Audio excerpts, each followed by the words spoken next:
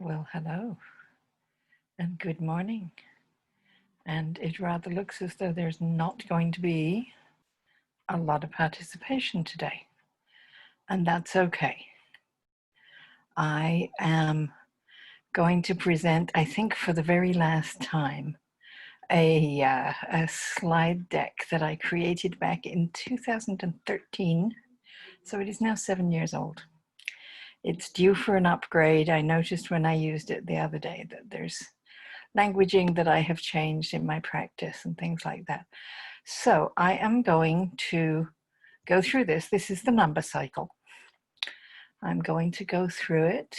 I'm going to record it and keep it for posterity, and most likely retire it and replace it with something that's a little bit more 2020s.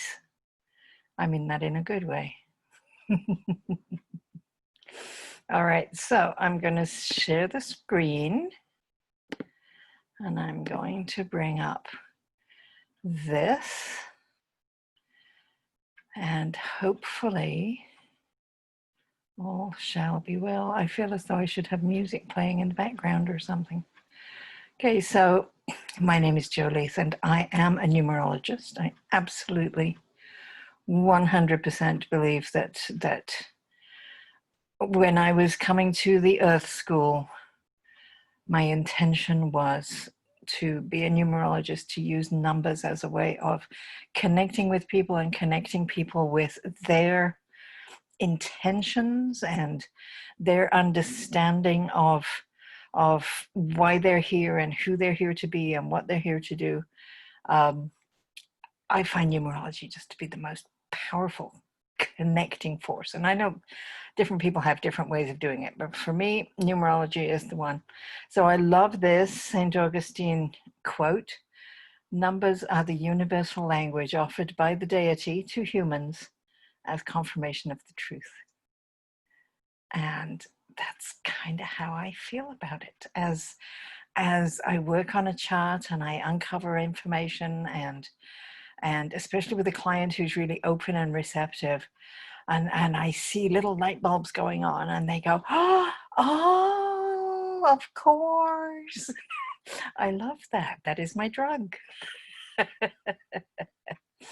Okay, so the numbers go in a cycle. I don't know, there isn't a way for me to isolate that, but in numerology, always adding up to a single digit.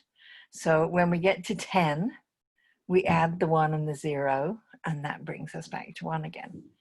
And I like to say that the cycle is not like a wagon wheel that just goes round and round in 2 dimensions, but more like a spiral staircase. Or, yeah. Because with a spiral staircase, you're going around in circles. You're going through the 4 cardinal points.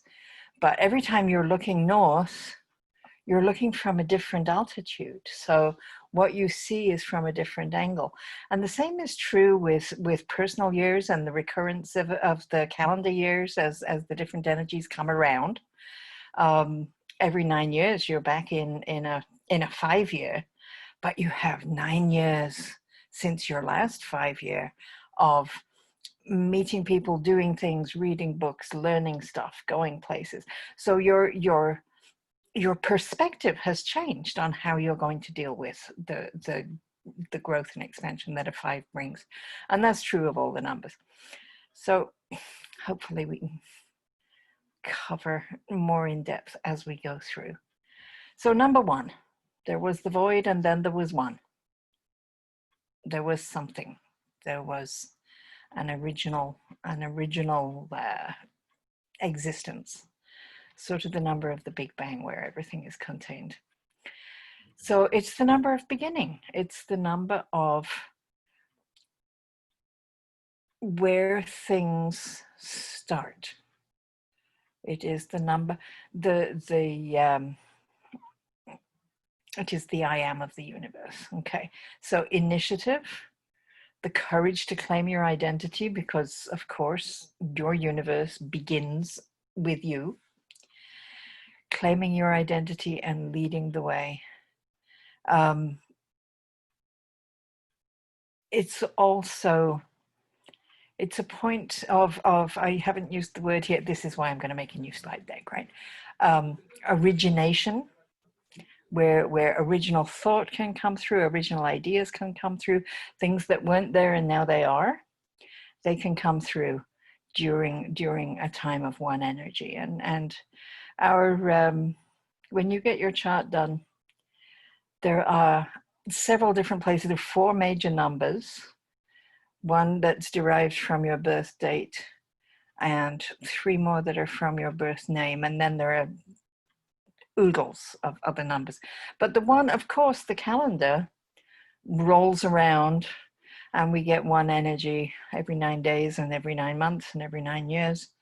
So there is always a time when we can tap into the one, when we want to begin something, find where that one is and work with that. All right, 2. Any 2 individuals exist in relation to each other.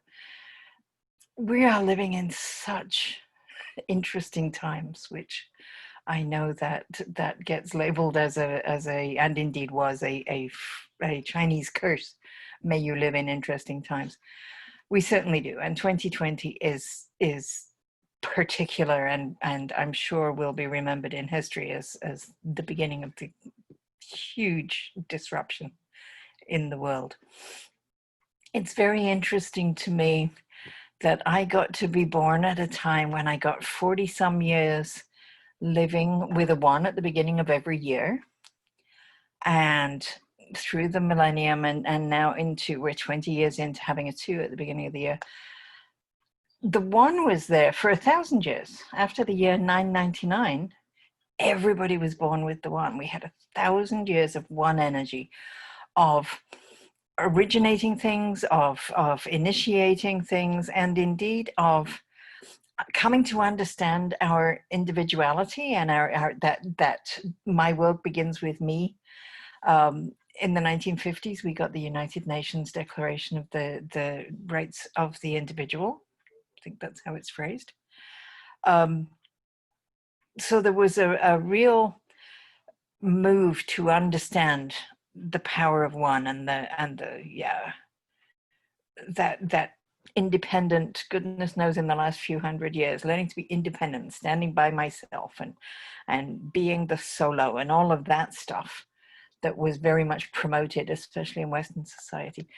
And now we've moved into a place and into a time where the predominant energy is a 2. It's about relationship. So it's about networking, it's about collaborating and cooperating, it's about working in groups, and of course the internet is the ultimate network of connection among people, and everything is about how we relate to each other rather than how I can be in some hierarchical system that I climb higher than you. So 2 is always the number of relationship. It supports, mediation, arbitration, tact and agreements, and a certain amount of peacemaking. Of course, you need a 2. There can't be peace if 2 1s are always each ruled by the need to win. There has to be collaboration, cooperation, some softening of that 1 to get to peacemaking.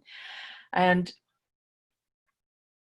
this is going to be the flavor of the world going forward, is about interconnection and relationship.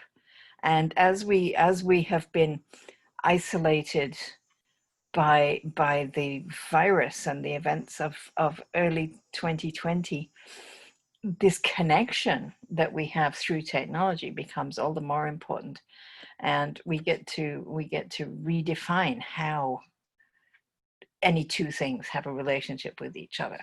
So hugely important in an energy that we have in these times. So 3, this is one of the slides that made me go, oh, I need to rewrite this. Not because there's anything wrong. 3 is creative and original. It brings what is new into this realm.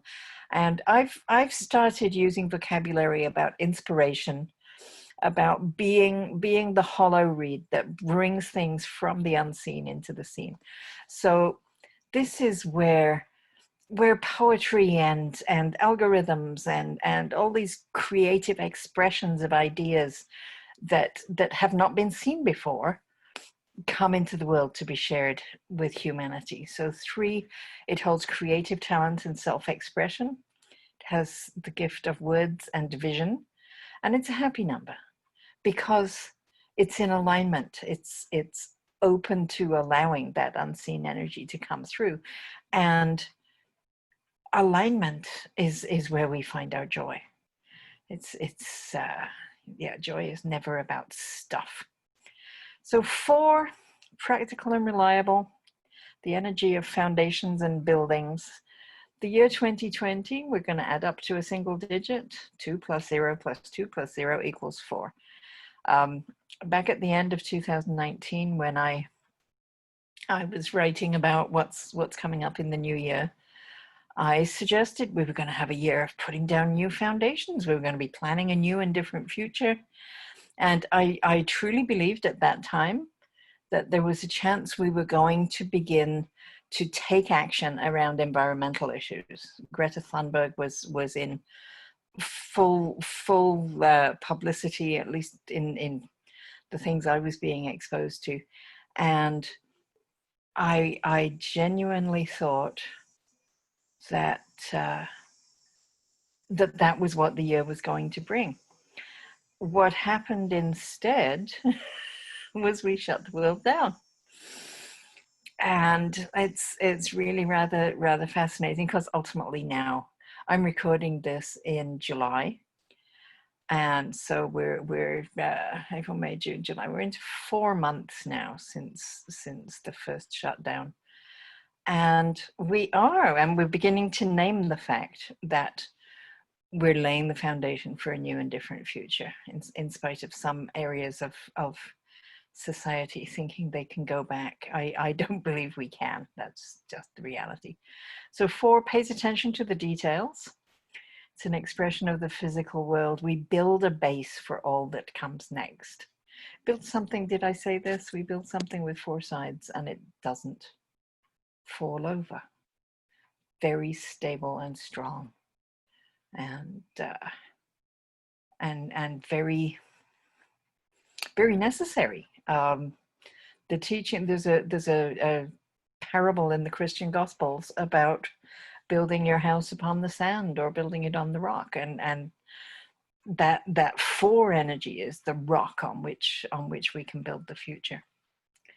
Okay, 5 is the number of change, growth, expansion, evolution of the soul. There's a number grid that I work with that's like a little tic-tac-toe, 9 squares for the 9 digits.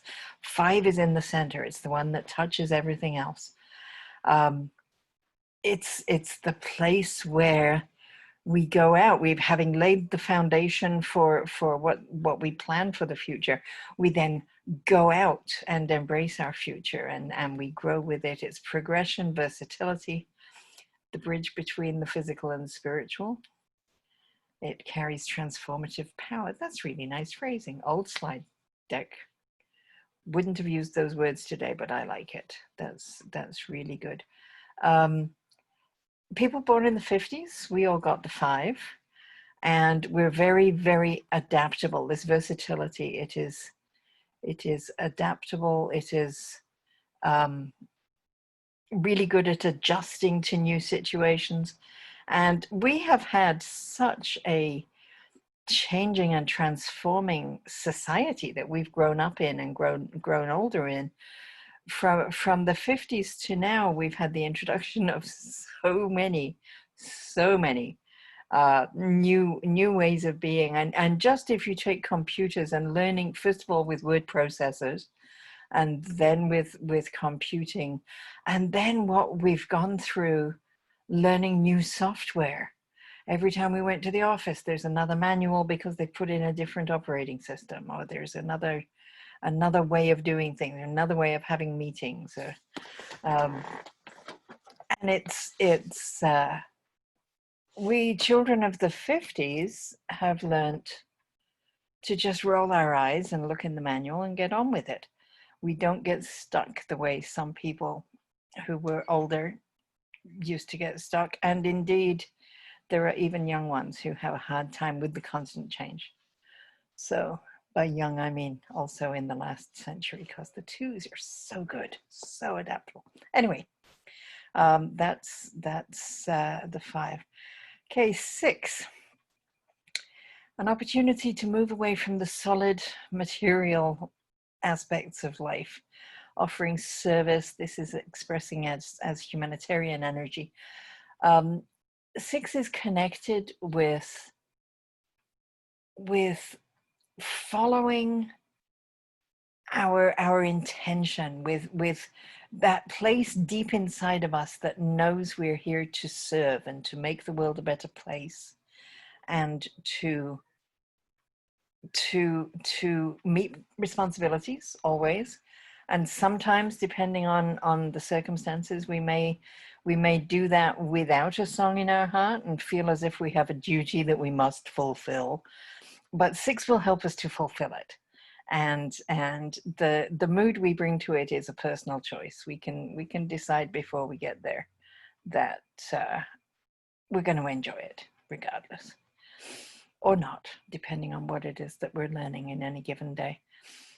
6 sees the value in things that are not physical, and expresses those. So we have idealism, we have unselfishness, we have accepting responsibility with a glad heart. That's kind of nice. Harmony. This is also the place of beauty. When you're in 6 energy, you see the incredible beauty of the tree outside your window, or the way your kitten is sleeping on the couch. Whatever small thing can wake you up to the idea that the world is absolutely beautiful, not just trailing off and going to do, but connecting with the being and seeing how absolutely gorgeous life is. It is a really, really good number. I like 6s. Yes, I like them all. All right, 7. We're into now. We've had physical, mental, and emotional numbers. 7 is the first purely spiritual one. So I usually now begin any discussion of a 7 by saying 7 is the teacher. And it absolutely is. And teaching is like a coin. You teach on one side, you learn on the other, and you can't have one without the other. Whenever you're learning something, you're also teaching people how to learn. And when you're teaching something to someone, they are learning how to teach. So there's a very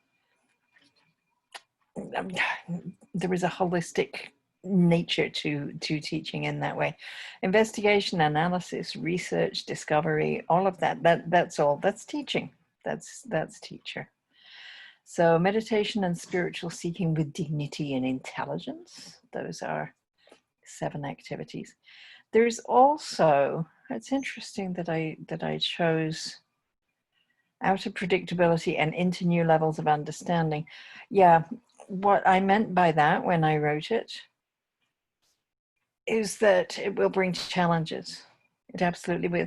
We don't learn anything unless we discover an ignorance in ourselves, unless we're facing some new thing that we've got to learn about, unless we are challenged and need to learn how to overcome the challenge. That's the nature of the 7.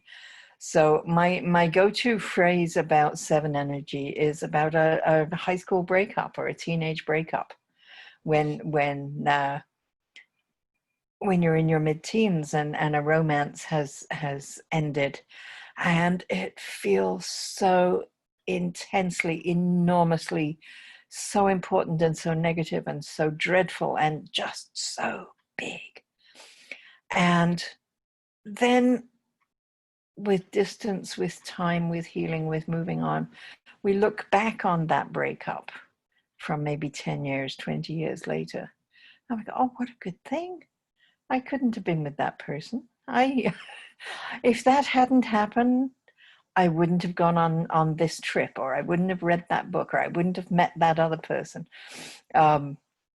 Seven, that the pain of the challenge that came with the seven recalibrated your path a little bit, moved your direction so that you came into better alignment with where you were supposed to be going. So when a seven challenge happens and there's a feeling of enormity in possibly the negativity of it, and it just feels so big and I'm never going to get over it, it's just lining you up with something better. Being aware that it's very temporary sometimes can take some of the sting out of it. Doesn't mean it isn't negative. It just means that you're on your way. You're moving forward. Okay, number 8, the lemniscate, used to represent infinity. It's a lovely figure. I love them all. Profoundly spiritual energy. It lives on the mental plane. So this is the place where our mental, and we still, that isn't physical either, but the consciousness that we can connect to is connected with the unseen wisdom that is available to us. So this flow between them is very, very important. And 8, I don't know what I put on the next screen. Okay, that's all true. We'll come back to that. And 8, if you choose to divide it this way, you get mirror images, top and bottom, or you can divide it this way and you will get mirror images, sort of like a 3 and a backwards 3, right? So there's symmetry and balance in the very figure of it. And there is this wonderful flow that is like the 2 cells are like the in-breath and the out-breath. If we've divided them and we've got two circles, 2 O's, 2 zeros, then there isn't an interchange. But the in-breath and the out-breath, you can't have one without the other. You can't divide that up. And that is true of the energy that animates us. We are connected with something that for as long as we're alive, that's flowing through us and back to the unseen, like breath does. It's profoundly spiritual and lovely. And that balance and symmetry, it brings in the ability to be efficient, to be organized, to have power to do things, not power over anybody. But it's often touted as a really good business number. It is any business needs a flow of clients and a flow of cash and a flow of product or information or whatever is involved in the business. So this lovely flowing, efficient, organized energy that is an 8. It's lovely. All right, 9, the highest of the numbers, and it contains all of the others, so it represents wholeness and unity. If I put this in a video, I can never use it with clients again. However, during the 1900s, we all got a 9, and I think pretty much everybody over 20 who is living has that 9. There are very few chances that anyone else is around. During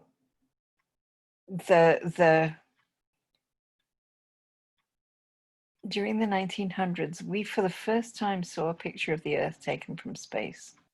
We saw how it is a single thing. It's just one thing. Not a bit like the maps on this classroom wall with all its divisions and different colors and lines and borders. It's just that one thing, that pale blue dot that I think it was Carl Sagan said that. Although it's very green when it's up closer. The green and blue and white, lots of white.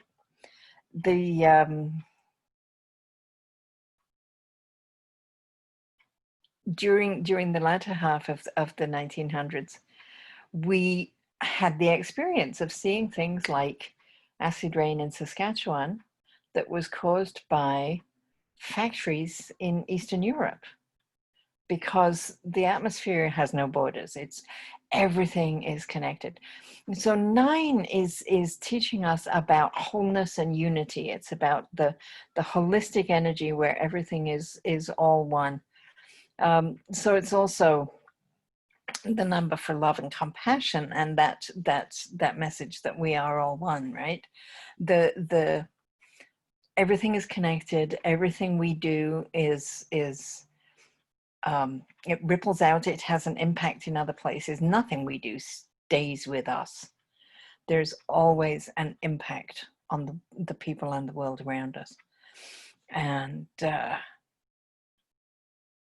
so connecting with that sense of family that comes with knowing we're all together, very, very important. And as we bring that into the 2000s, and as we're shifting into a place of interconnectivity, bringing a feeling of love and compassion for everyone is incredibly important as we go forward.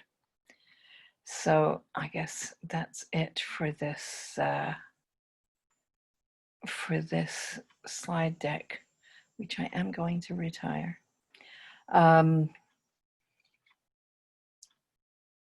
The number cycle repeats and repeats. This year, 2020, we are in a 4-year. Next year, it'll be a 5. We will get to expand and grow a little bit. And each of us, depending on our time, the time in history, not the time of day, but depending on our birth date, we have our own 9-year cycle that we begin. I was born in a year that adds out to 5, I think, and the year adds out to 5. My birth date adds out to 7. I think that's how that goes. Certainly, my birth date is a 7. So I'm not aligned with the calendar. It's an additional energy that I get to play with. It sounds more complicated than it is. All right, so I would love to hear from you. If you're watching this, let me know that you have seen it. And that mail address, I think, isn't connected anymore. That's not a good thing. But certainly visit the website. joleath.com is very much alive and well. And I will be adding a new slide deck to my collection, and hopefully make another recording one day soon and put it up here on the channel. When you visit joleath.com, you will find links to my Facebook, my YouTube, my Patreon, there's a Tumblr, there's any number of links available. So I will wish you all namaste, and thank you for watching all the way through. Please do get in touch with me, and let this, whoops, I'm going to show you the t-shirt just in case you're trying to figure out what it says. So Exploring Past Cosmic Wisdom is the name on the Facebook page and on the website and in lots of other places. So you are completely invited to be a part of it all. Okay, thank you very much for attending. I look forward to hearing from you.